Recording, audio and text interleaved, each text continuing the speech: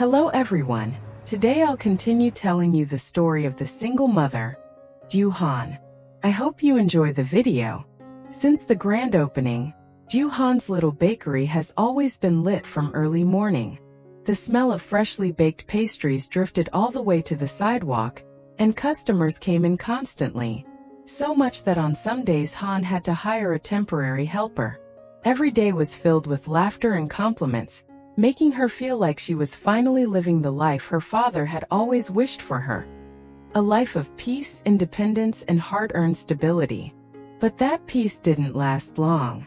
Everything turned upside down the day her stepmother, her father's second wife, came back into the picture. She had never cared to keep in touch after Hân's father passed away, but once she found out he had left Hân a large sum of money, and especially when she heard Hân had used part of it to open a bakery, she immediately erupted in anger. To her, that money was her own daughter's inheritance, and the fact that Hân used it felt like theft. She appeared one morning when the bakery was crowded, wearing a brightly colored dress, holding an expensive handbag, walking in with an air of arrogance. The moment she saw Hân behind the counter, her lips curled into a cold smirk as she said in a shrill voice, "Wow, you sure know how to spend someone else's money.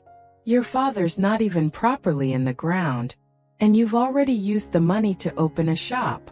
Customers waiting in line exchanged awkward looks. Hân's legs trembled. She tried her best to stay calm so she wouldn't ruin the customer's experience. She politely invited the woman outside to talk, but her stepmother had no intention of being discreet. Instead, she stood right in the doorway and spoke loudly enough for everyone to hear. "I'm here to make things clear. The money your father left should belong to my daughter. What right do you have to keep all of it? You no husband, no family. Plan to hold on to everything for yourself." Hân's face went pale. She never expected the woman to know her situation this well. Ever since her father died, Hân had been quietly living with her son in a small rented house, trying to be independent and not bother anyone. Yet somehow the stepmother had gathered information, and now she was using it to corner her. The woman stepped closer, lowering her voice but making it even more threatening. "I'll give you some time. Either you willingly transfer the inheritance to your sister, or I'll make this big. Everyone knows you're at a disadvantage. Let's see how long you can endure." Hân froze. Helplessness rose in her chest like a tidal wave. After her father's death, she thought she'd never have to feel this powerless again. Yet here it was, back stronger and more suffocating than ever.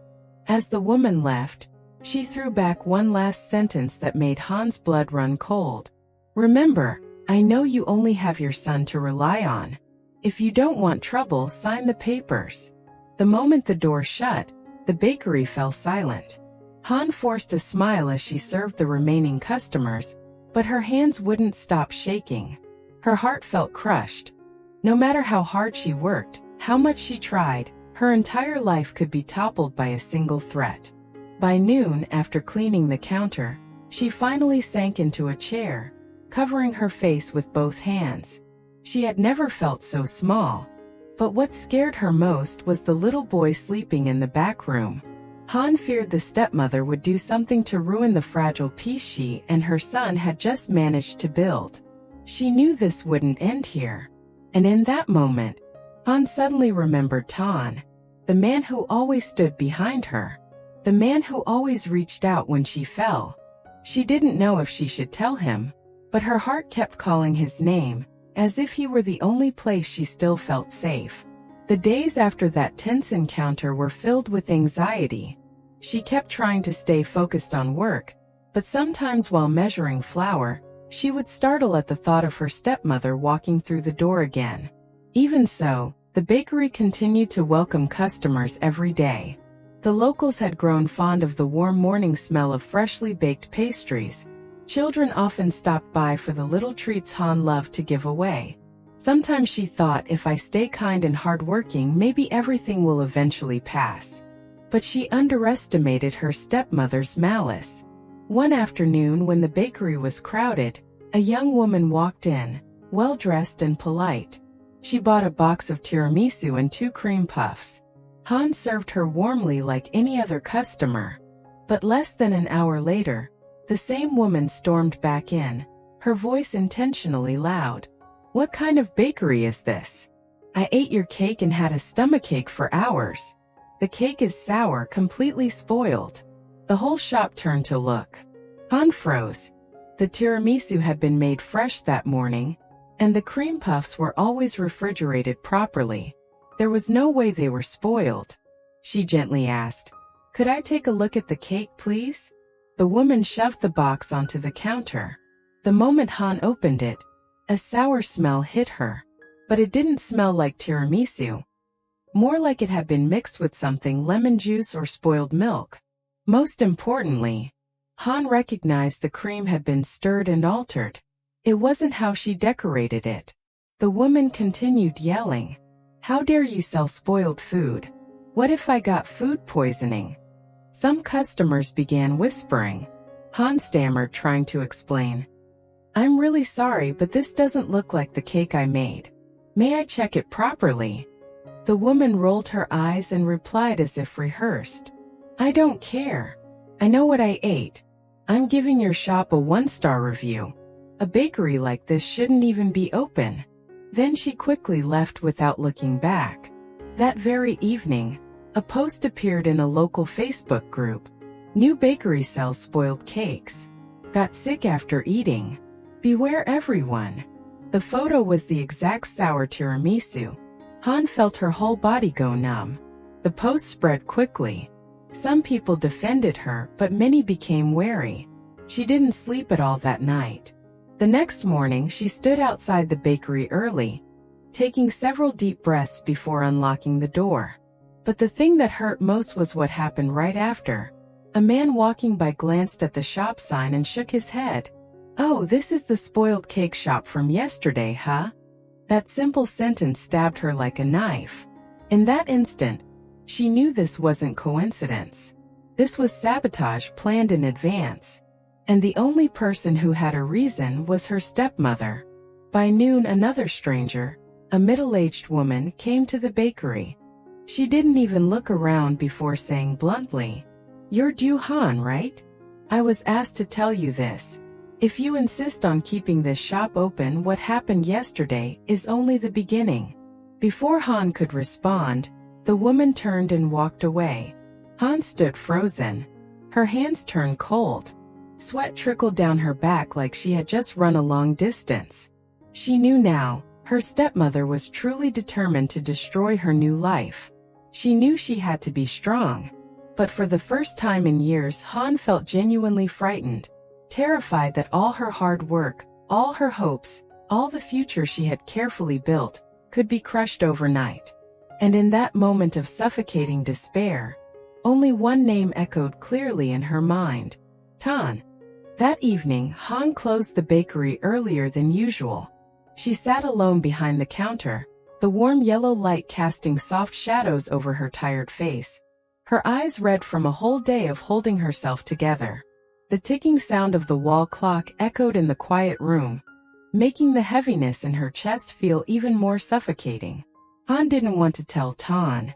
She was afraid he would worry, afraid he would get angry for her, afraid he would be dragged into problems that belonged to her family. She had always been like that, carrying the pain alone so others wouldn't have to. But Tan was not someone who could be fooled.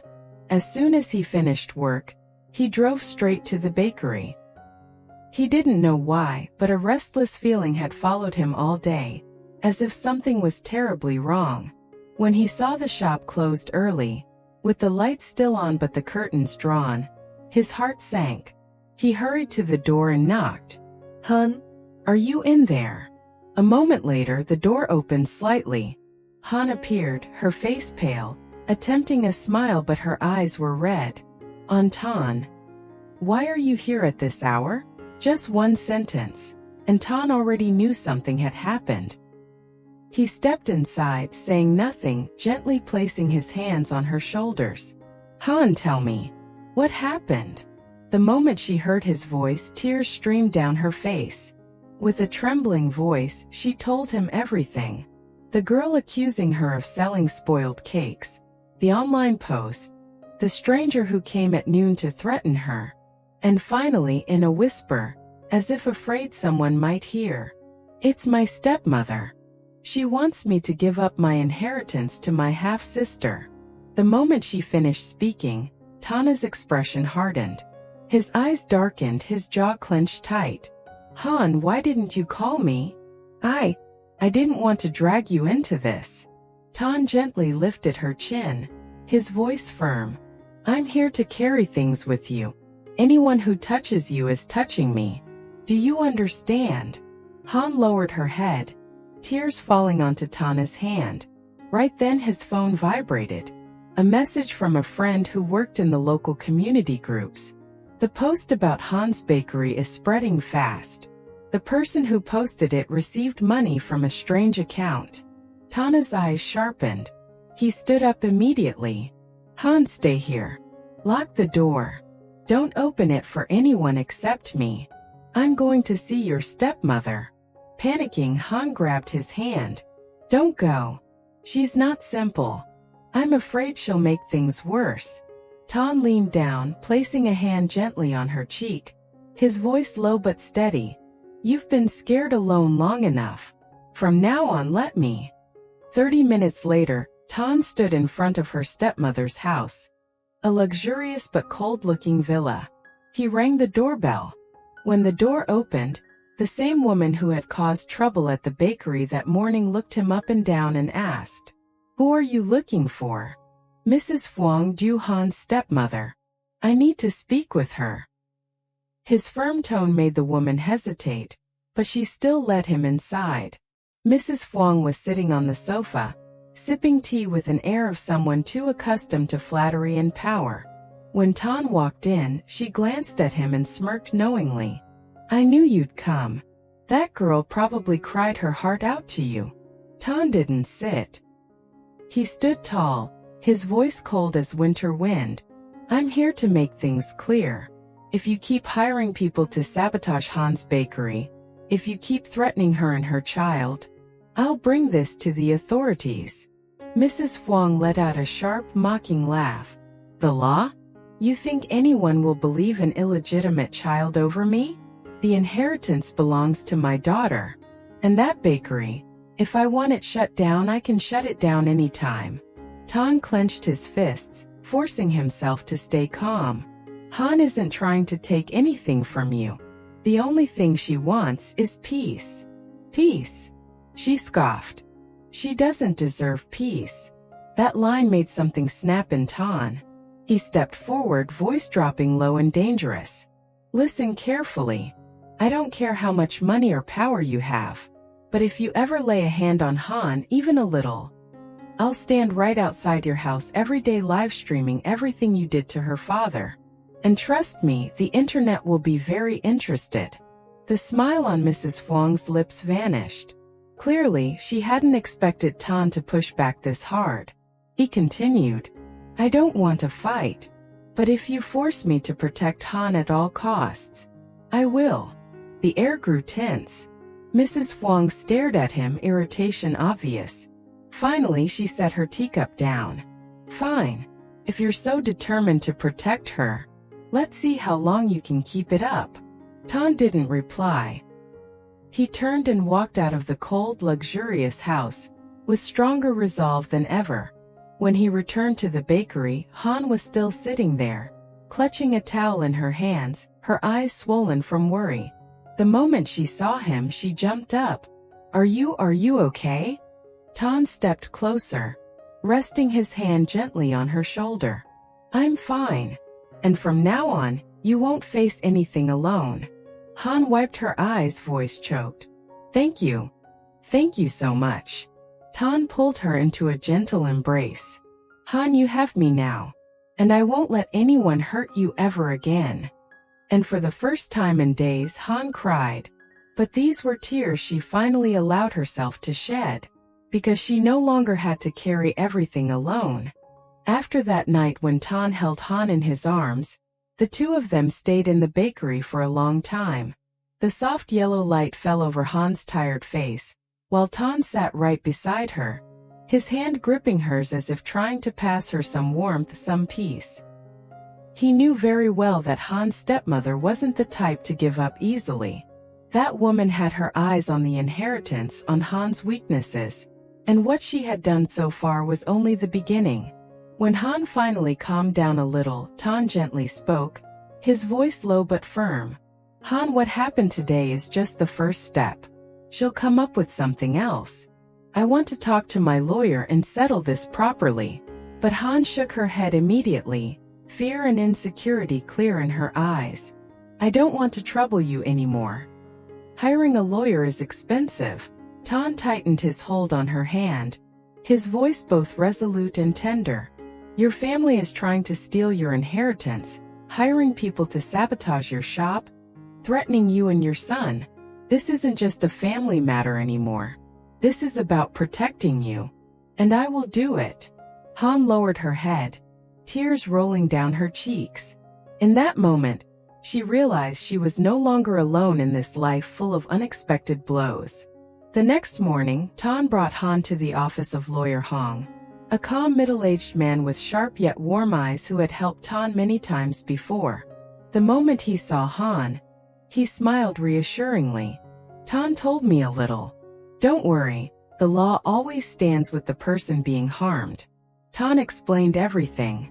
The stepmother causing chaos in the bakery, hiring someone to buy cake and fake an incident, the slanderous post on social media, the threats from strangers, and the demand that Han sign away her inheritance to her half-sister. After listening, Lawyer Hong closed the folder and spoke clearly. Slander and defamation are grounds for a lawsuit. Threatening physical harm is even more serious. And forcing someone to sign over inheritance is completely illegal. He turned to Han, his gaze steady. You have rights. And I will protect them. Han looked confused, her voice barely audible. But I don't have money to take this to court. Before the lawyer could say anything, Ton spoke firmly. Han, I'll handle that. You just need to stand on my side. She turned toward him, and in his eyes she felt unwavering determination, something she hadn't seen from anyone except her father. Lawyer Hong immediately began forming a plan. First, collect evidence, review the bakery's cameras, find witnesses from the day of the staged complaint, trace the account that transferred money to the woman who pretended to get sick. Second, report the threats and business sabotage to the police. Third, send an official warning to Han's stepmother, demanding she stop all actions. If she repeats them, they will proceed with legal action. Fourth, protect the bakery's reputation, strengthen security, post a public clarification, and encourage loyal customers to help spread positive information. By the time everything was laid out clearly, all Han could whisper was, I thank you. But Ton gently placed his hand on her head and smiled. Han, don't thank me. I'm here because I want to be.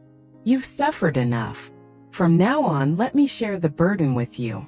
After Lawyer Hong left, the room became quiet again. Han sat facing Ton, her eyes still filled with worry she couldn't shake off. I'm scared. Scared things will get even worse. Ton pulled her closer, placing his hand on her shoulder. His voice was warm enough to blanket her fear. Han, no matter how bad things get, I'll stand with you. Remember that. Tears fell onto his hand, but this time not from despair. This time they were from the feeling of being protected, being loved, being given a real place to lean on.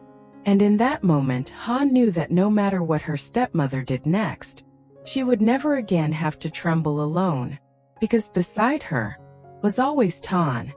That night, after the bakery had closed, Ton sat at the kitchen table in Han's shop, opened his laptop, and laid out all the evidence he had gathered on the screen. The blue light from the screen reflected across his serious face, while Han stood beside him, anxious, overwhelmed, watching how meticulous he was, as if this wasn't her problem but his own. Tan opened the footage from the day the young woman came to buy cakes. He slowed it down, zoomed in. Pause.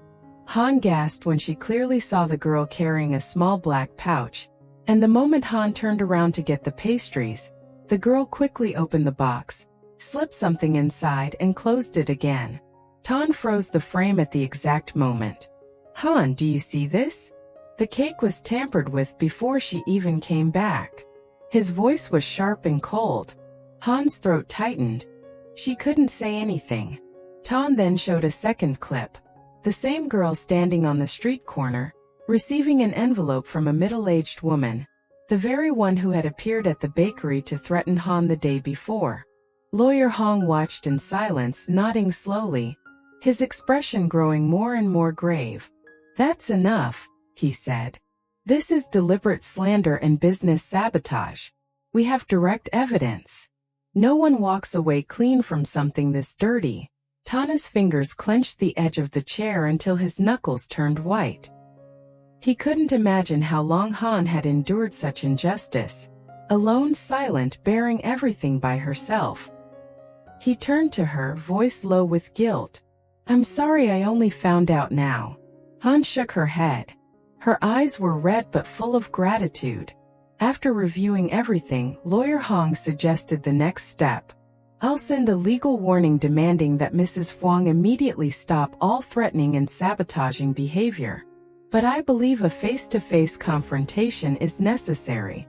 People like her only retreat when someone stronger stands in front of them. Tan stood up at once. Then let's meet her now. I'll go with you. Startled, Han grabbed his hand.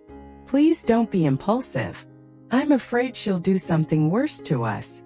Tan gently cupped her cheek, his palm warm against her skin. Don't worry. This time you have me and the lawyer. You won't face her alone again. The meeting was arranged at Han's stepmother's house. The moment they stepped inside, the arrogance in the woman's eyes was unmistakable. As if she had no idea a real storm was coming. She crossed her arms, smirking. Here to demand justice again? And you, Tan, what are you to her that you keep meddling in family matters? Before Tan could respond, Lawyer Hong placed the document folder on the wooden table. His voice was calm but powerful. Mrs. Huang, we didn't come to demand justice. We came to inform you. You have broken the law. Mrs. Huang laughed loudly, mockingly. Broken the law? What exactly did I do? The lawyer opened the folder and took out each piece of evidence Tan had gathered. The footage of the girl putting something into the cake box. The video of her receiving an envelope. The money transfer records. The camera capturing the woman who came to threaten Han. Screenshots of the defamatory post online. Everything was presented in a complete airtight chain. Mrs. Huang's face began to drain of color. The lawyer spoke each word sharply, precisely. This is slander, defamation, and intentional business sabotage. If you don't stop immediately, we will file charges and request criminal prosecution. Tan looked straight at her, voice low and dangerous. And I promise you, if you dare touch Han again even a little, I will make sure every detail of how you treated her father in the past is exposed for the entire world to see. That sentence sliced straight into her arrogant pride. She shot up from her seat. You're threatening me? Tan didn't move. His eyes were cold steel. I'm protecting the woman I love. Han froze. She turned toward him, her heart pounding so hard it felt dizzying. Tan was still staring at her stepmother, but his hand quietly reached back, searching for hers. And Han held it tightly. Lawyer Hong closed the folder. You'll have 3 days to respond. If we hear nothing, we'll let the legal system handle it. No one said another word. The air was thick, tense, ready to snap. When they stepped outside, Han was still trembling slightly. Tan pulled her closer, wrapping her in his arms in the quiet front yard. Han, don't be afraid. Things are different now. She rested her forehead against his chest, voice shaking. Tan, what you said that you love me. Did you mean it? Tan smiled softly, his breath brushing her hair. I wasn't joking, Han. I love you, and I won't let anyone hurt you ever again. Xin chào mọi người, rất vui được gặp lại mọi người trong video của mình. Chúc mọi người có một ngày mới vui vẻ, hạnh phúc và một ngày làm việc tràn đầy năng lượng. Video hôm nay mình kể về câu chuyện của người mẹ đơn thân Diệu Hân. Và sau khi thừa kế tài sản của cha Diệu Hân để lại thì người mẹ kế của Hân liên tục tìm tới để phá rối, nhưng nhờ có sự giúp đỡ của Thành thì đã chống được lại người mẹ kế. Tiếp theo thì cuộc sống của Hân sẽ thay đổi như thế nào và Hân sẽ phải gặp những biến cố nào trong cuộc sống của Hân sẽ trở nên tươi đẹp hay không, thì mời mọi người cùng đón xem ở những video tiếp theo nha. Cảm ơn mọi người đã xem hết video hôm nay. Rất hy vọng được mọi người ủng hộ kênh của mình trong thời gian sắp tới. Xin chào và hẹn gặp lại mọi người ở video lần sau nhé.